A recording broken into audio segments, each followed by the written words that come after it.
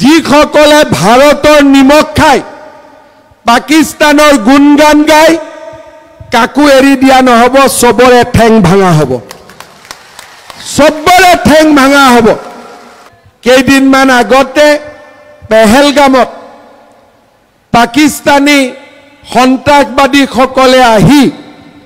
আমাৰ ২৭ জন নিৰীহ লোকক গুলিয়াই হত্যা কৰিলে মোদী ডাঙৰীয়াই এই হত্যাকাৰী সকলক সন্ত্ৰাসবাদী সকলক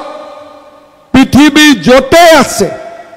তাৰ পৰাই বিচাৰি উলিয়াই শাস্তি দিব ভগৱানে মোদী ডাঙৰীয়াক শক্তি দিয়ক সাহস দিয়ক সেনা বাহিনীৰ জোৱান সকলক শক্তি দিয়ক সাহস দিয়ক কিন্তু পাকিস্তানী বিলাক যেনেকে সন্ত্ৰাসবাদী আমাৰ অসমৰ ভাৰততো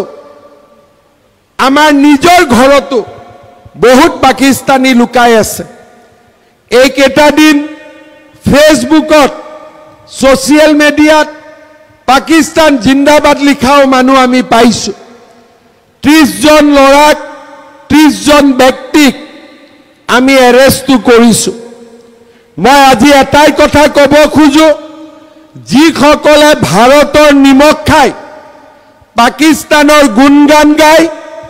কাকো এৰি দিয়া নহব সবৰে ঠেং ভাঙা হ'ব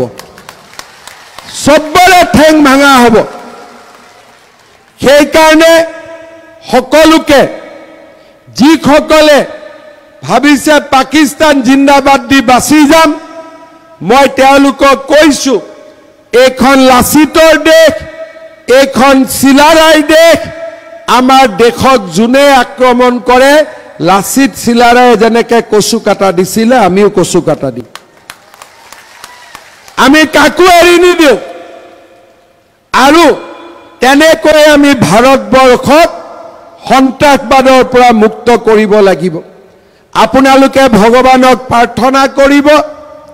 যাতে আমি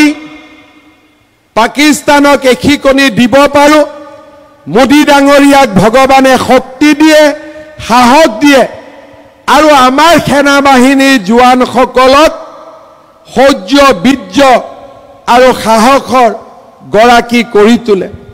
যিসকলে ভাৰতৰ নিমখ খাই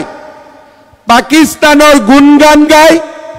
কাকো এৰি দিয়া নহব সবৰে ঠেং ভাঙা হ'ব সবৰে ঠেং ভাঙা হ'ব কেইদিনমান আগতে পেহেলগামত পাকিস্তানী সন্ত্ৰাসবাদী সকলে আহি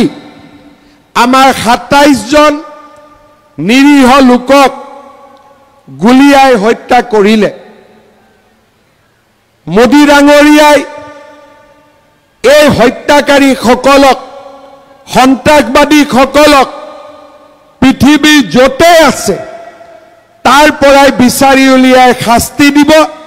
ভগৱানে মোদী ডাঙৰীয়াক শক্তি দিয়ক সাহস দিয়ক সেনা বাহিনীৰ জোৱান সকলক শক্তি দিয়ক সাহস দিয়ক কিন্তু পাকিস্তানী বিলাক যেনেকে সন্ত্ৰাসবাদী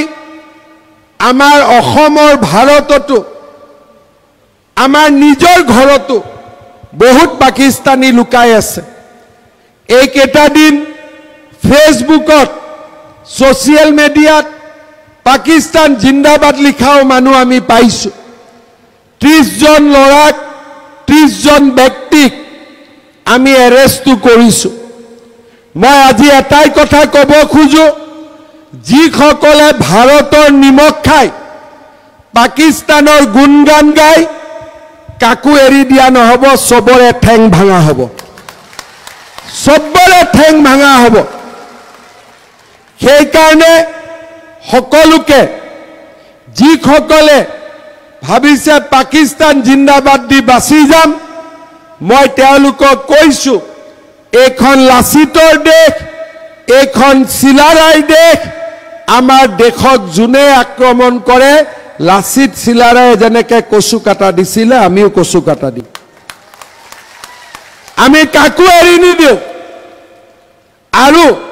তেনেকৈ আমি ভাৰতবৰ্ষক সন্ত্ৰাসবাদৰ পৰা মুক্ত কৰিব লাগিব। আপোনালোকে ভগৱানক প্ৰাৰ্থনা কৰিব যাতে আমি পাকিস্তানক এখিকনি দিব পাৰোঁ। মোদী ডাঙৰীয়াক ভগৱানে শক্তি দিয়ে, সাহস দিয়ে